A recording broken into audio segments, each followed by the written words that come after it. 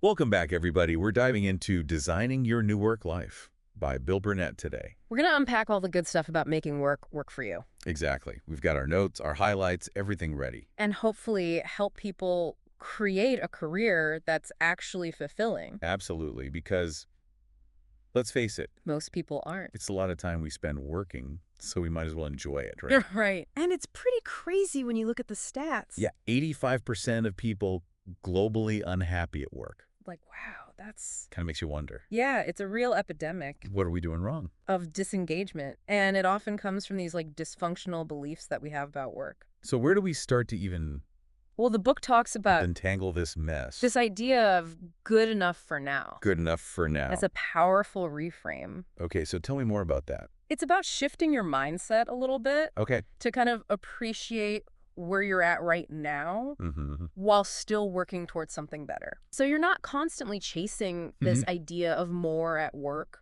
Right. and never really feeling satisfied. So it's like countering that hedonic treadmill, Exactly. always needing more Exactly. and more and more. And, the book has a great story about this guy, Garth. Oh, yeah, Garth. What happened to him? He got this job, and it looked amazing on paper, Oh, no. but it turned out to be a total nightmare. Oh, man. And, his experience really highlights this idea that finding happiness at work, Yeah. it's a journey. It's not like a destination. You don't just arrive. You don't just arrive. You don't okay? just arrive. And you're done. Exactly. Yeah. It's about, It's a process. it's a process. It's about being content in the moment Right. and actively trying to shape a better future. Yeah, and that makes me think of that set the bar low method. Oh, yeah. It's like small steps can lead to big changes. Absolutely. Kind of like when you're training for a marathon. You don't start by running 26 miles on day one. That's such a good analogy because you build up to it, right? Exactly. And, the book also talks about these tools like the Good Work Journal and the Seventh Day Reflection. Ooh, tell me more about these. And they're all about this idea of gradual progress. Okay. So by reflecting on what's already working for you, Mm-hmm. you can kind of figure out where you can improve and then build momentum over time. I love that. Okay, so let's talk about the thing that everyone kind of hates talking about. Oh, yeah, the elephant in the room. Workplace politics.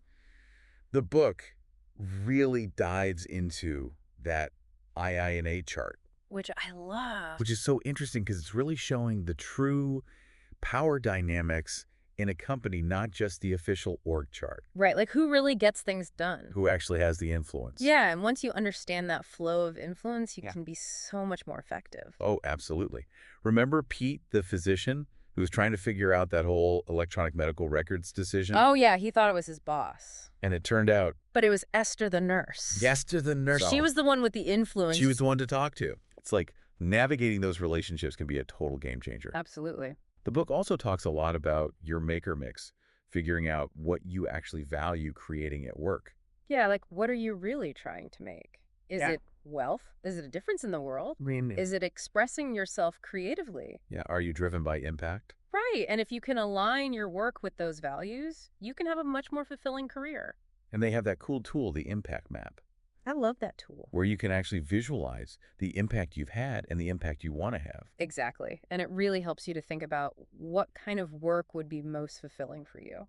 Okay, so the book outlines these 4 design and place strategies: Yes, I love this part. reframe and reenlist, remodel, relocate, and reinvent. It's like a framework for improving your current job, Yeah. not just jumping ship right away. Right. And they have this great example about John who chose to reframe and reenlist at his company after they went through a leveraged buyout. That's a tough one. Yeah, and it brought all these changes that he didn't like, but But he made it work. he made it work. He found a way to stay and thrive, even though things were different. I love that. It's about having that agency Yeah. to adapt and be proactive, And then the book talks about quitting. which everybody kind of dreads. But they reframe it as a positive thing. It's like a transition, Positive transition, yeah. a springboard into something better. And they talk about these 3 types of quitters. Larry, the standard quitter, Mary, the bridge burner, and then the generative quitter. Which is like the ideal. The generative quitter, it's all about leaving a positive legacy, Making it smooth for everyone involved. moving on gracefully. Yeah. And they talk about landing your next great job. And I love their approach to this. Me too, because it's not just about submitting tons of applications. Right. It's about going out and talking to people who are already doing the work you want to do. It's about seeking out stories. Yeah, and having real conversations with people. Yeah, remember Kurt, who got his dream job in Atlanta? He didn't even apply. He just started talking to people. He was just having conversations and making connections. And it led him to this amazing opportunity. So it's like sneaking up on your future Love that. by just being curious and learning from other people's experiences. That's so good. Okay. So now we're in this world of hybrid work. How do we design our work lives to thrive in this new reality? Well, the book talks a lot about intentional time management, Okay. setting boundaries between work and personal life. That's huge. Yeah, it's more important than ever when you're working from home. Right, because your home is your office. Exactly. So how do you separate those? Right, so they talk about creating rituals Okay. that signal the beginning and end of your workday, Oh, that's interesting. even if you're just moving to a different room. Like physically moving to your workspace. Yeah, or even just like taking a minute to connect with someone in your household Okay. to kind of mark that transition. I like that. And it's also about being really intentional with your schedule. Mm-hmm. Scheduling time for focused work, Yeah. for social interaction, for physical activity. So you're not just sitting at your computer all day. Exactly. Okay. And this shift to hybrid also requires so much more accountability and trust. Right, because managers can't micromanage anymore. Right. They have to empower their teams to manage their own time and workload. Okay, but that can be really liberating. It can be, because then you have more ownership and responsibility. Yeah.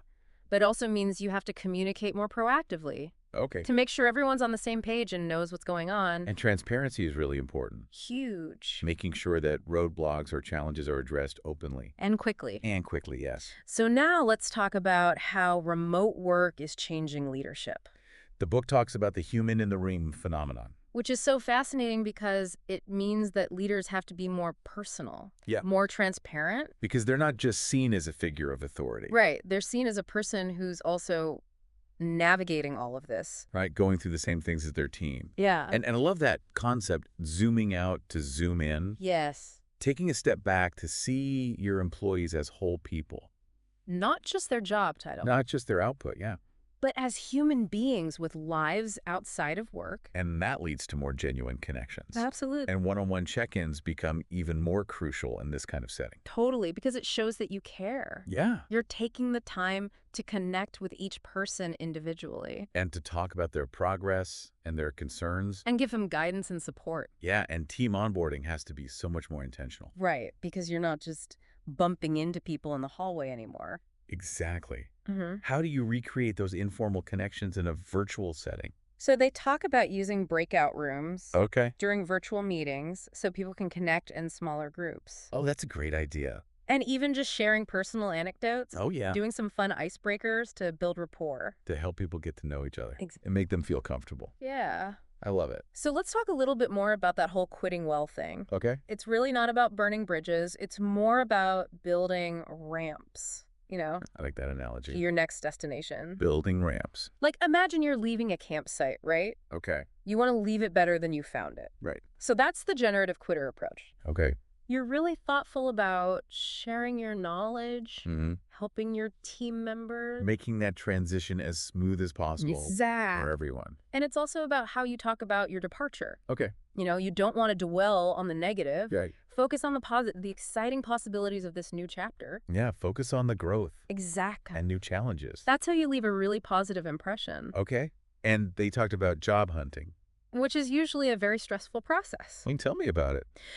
But they have this really interesting approach where it's not about just sending out applications. It's not about the resume. No, it's about connecting with people, Okay. talking to folks who are already in the field you're interested in. Hearing their stories. Exactly. Yeah. Understanding their journeys and building those relationships. Oh, Kurt, Yes, Kurt. who got his dream job in Atlanta, By talking to people. and not by submitting applications. Right. It was all about those conversations. It's about building relationships. Exactly. And finding mentors, Okay, so now we're talking hybrid work. which is a whole other ball game. How do we manage our time Right. Because the lines get blurred. between work life and home life? Exactly. So the book talks about being really intentional with your time, Okay, setting boundaries. which I struggle with. It's tough, but it's so important. Okay. So they recommend creating rituals Okay. that signal the start and end of your workday. Even if it's just like closing your laptop or Exactly. moving to a different room. Anything that helps you mentally switch gears. Okay. And what about scheduling? Scheduling is crucial. Like blocking out time We'll block out time for focused work, for breaks, for breaks, for social interaction. even exercise. Right? You got to move your body Yeah. Otherwise, you're just sitting there all day. all day long. Okay. And this new way of working requires so much more trust, Oh, absolutely. accountability. Because managers can't be looking over everyone's shoulder all the time. Right. Micromanaging is out. Out the window? But that means employees have to really step up. Right. They need to be able to manage their own time and workload effectively. Which can be a good thing. It can be very empowering. More ownership. Exactly. But it also means communication is key. Oh, You have to be proactive about keeping everyone in the loop. letting people know what you're working on. Exactly. And any challenges you're facing. Transparency is important Huge. so that problems can be addressed quickly. And openly. Okay, so let's talk about how leadership is changing.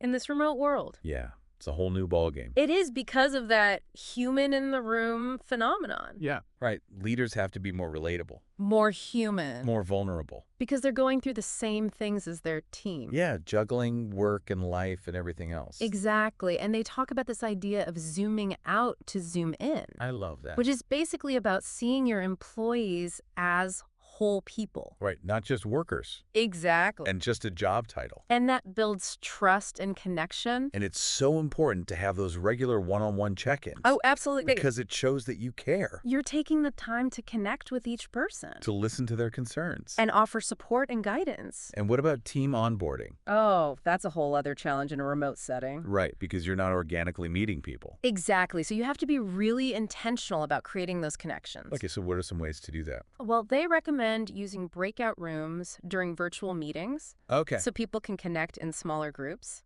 Oh, I like that more intimate setting. Yeah, and also just encouraging people to share personal stories, Oh, yeah. Doing some fun icebreaker activities. to get people laughing and talking. Exactly, to build that camaraderie, Okay. And the authors also talked about those in-person gatherings, which are still important. even in a hybrid world, Right, because some things are just better done face-to-face. like brainstorming. Brainstorming is so much more dynamic when you're in person. Yeah, the energy is different. And celebrations. Oh, yeah, celebrating milestones together. It just creates that sense of community. Okay, so it sounds like this transition to hybrid requires Flexibility. a lot of adaptability. And a real commitment to those human connections. They talked about that growth mindset, Yes. being open to new things, Embracing challenges. seeing them as opportunities for growth. Exactly. And it's also about finding work that really lights you up, Yeah, that aligns with your values. that connects to your maker mix. So designing a fulfilling work life, It's a journey. it's not a destination, It's about constantly learning and adapting, an experiment. experimenting for sure, and remembering that you have more control than you think. You have the power to shape your career It's about being proactive. and taking ownership. Okay, so let's move on to some practical tips for actually applying these principles to our own lives. Let's get tactical. Let's do it. We'll talk about reframing, challenging, Building your network, crafting a killer narrative. and maybe even doing some prototyping. Ooh, prototyping is fun. So let's talk about how we can reframe the problems we face at work. Oh, yeah, that's a big one. Because sometimes it feels like we're just hitting a wall. Right. But the book encourages us to see those problems not as obstacles, but as opportunities. Okay, so it's all about perspective. Exactly. And they have this technique called zooming in. Tell me more about that. So it's about really breaking down a problem Yeah. and figuring out what's at the root of it. So not just focusing on the surface level. Right. Like peeling back the layers, Okay. identifying your own biases. Oh, that's interesting. And getting to the core of what's really going on. Like Bernie, Bernie, he thought his problem was his boss. he was like, oh, my boss doesn't appreciate me. But when he zoomed in, He realized he just needed more recognition. he had a deeper need. Exactly. And once he understood that, He could actually address it, he could find other ways to get that recognition. whether it was from colleagues or Or mentors. even just personal projects. So it's about shifting from complaining to problem solving. Love that. Okay, but what about those problems we can't control? The gravity problem. The ones that are just part of life. Yeah, they say you got to accept those Okay. and focus your energy on the things you can change. So it's about picking your battles. Exactly, and not wasting your time on things you can't influence. Okay. And then the book talks about telling your story, Crafting that narrative. which is so important when you're trying to land a new job or even just advance in your current role. Right, you have to be able to articulate your value. Your unique skills and experience. And they recommend prototyping your narrative. What does that mean? It means trying out different versions, Okay. getting feedback from people. And refining it until it's really strong. Exactly. It's an iterative process. And speaking of networking, It's not about those awkward networking events. right, it's not about collecting business cards. It's about having real conversations with people Building genuine relationships. and seeking out mentors who can guide you. And the book also talks about having a support system. Your design team, Those people who believe in you who challenge you. and celebrate your wins. Exactly. And it can be anyone. Mentors, colleagues, friends, family. Anyone who's got your back. And it's so important to nurture those relationships at work Even when you're moving on. because you never know when those connections might come in handy. Exactly. It's all about leaving a positive legacy. Okay, so to wrap things up, Let's do a quick recap. let's give our listeners 10 key takeaways from designing your new work life. Okay. Number 1, embrace the good enough for now mindset. Number 2, have a bias toward action. Take small steps. Number 3, use tools like the Good Work Journal and the 7th-day reflection. Number 4, reframe your challenges. Number 5, understand workplace politics. Number 6, align your work with your values. Number 7, explore those 4 design-in-place strategies. Number 8, become a generative quitter. Number 9, connect with people in your field. And number 10, embrace the principles of hybrid work. There you have it, 10 actionable insights to help you design a more fulfilling work life. We hope this deep dive has inspired you to take charge of your career. Remember, you have the power to create work that truly works for you. Keep learning, keep experimenting, keep connecting, and most importantly, keep believing in the possibility of a brighter future. Thanks for joining us.